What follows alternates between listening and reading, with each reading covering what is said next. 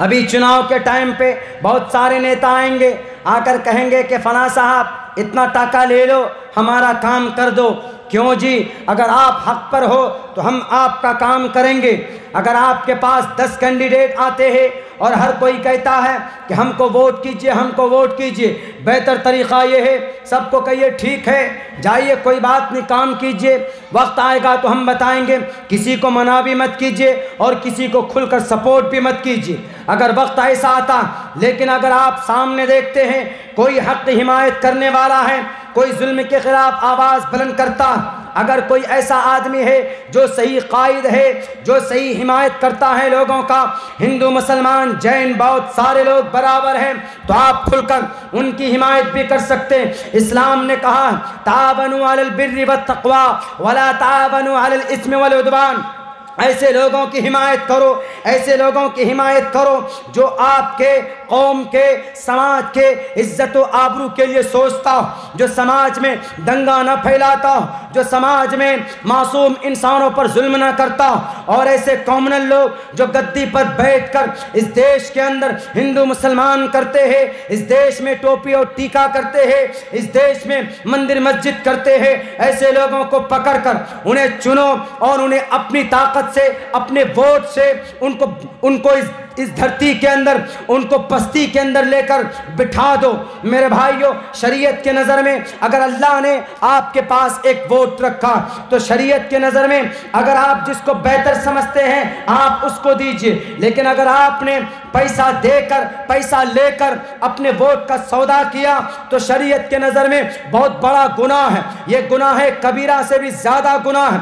क्यों? इसलिए कि अगर आपने पैसा लेकर 500 रुपये लेकर एक वोट आपने किसी शराबी कैंडिडेट को, किसी भी कॉमनल कैंडिडेट को, किसी भी लुटेरे कैंडिडेट को आपने एक वोट दिया और वो जीत कर कुर्सी पर बैठ गया, बैठने के बाद उसने आपकी मस्जिद में ताला लगवा दी, उसने किसी भी मासूम बच्ची का रेप करवाया, उसने हमारी समाज के अंदर दंगा फैलाया, उसने हमारे समाज में बल्कि शराब पीता है, बल्कि वह आपके हुकूक को लूटता है, बल्कि वह करप्शन करता है, वो घोटाला करता है, तो कितने सारे गुनाह किए उन्होंने। तो पता है उन गुनाहों का बोझ उनके सर पर तो होगा ही होगा, लेकिन पहले आपके सर पर होगा, इसलिए कि आपने 500 रुपये लेकर आपने उनको अपना वोट दिया। शरीयत कहती, कुरान कहता, हमारा इस्लाम कहता आपके पास एक वोट है, तो इस वोट की शरीय एतबार से एक अहमियत है। वोट का मतलब गवाही देना।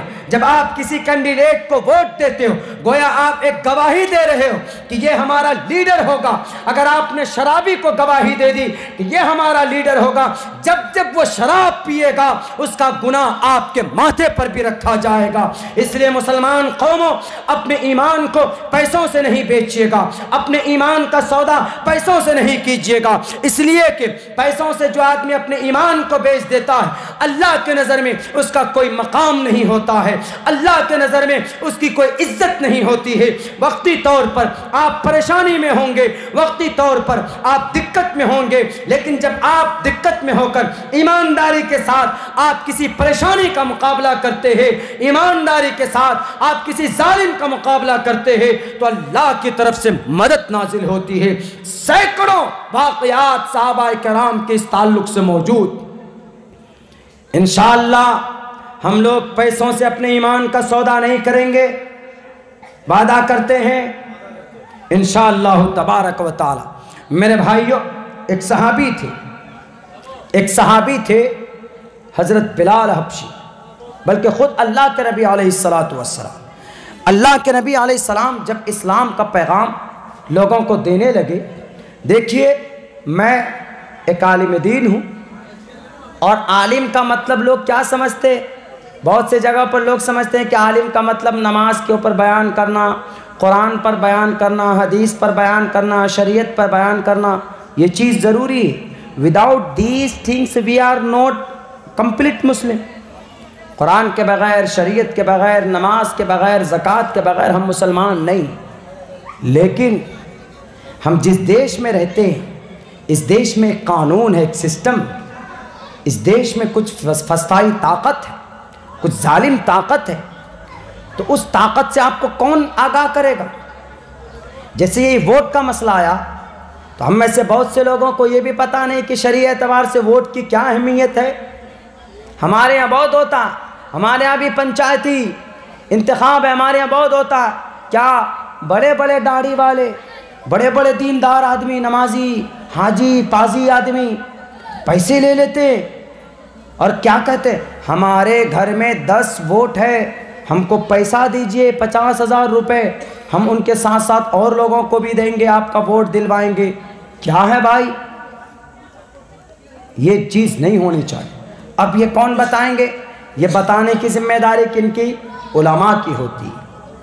अगर हम ही उलमा खामोश हो जाएंगे, हम कहेंगे कि नहीं वो वोट का मसला है वो जाने, वो राजनीति का मसला है वो जाने, नहीं मेरे नौजवानों, नहीं मेरे साथियों, मेरे मुस्लिम भाइयों, हमने कहा ना इस्लाम ने हर जगह पर रहनुमाई की।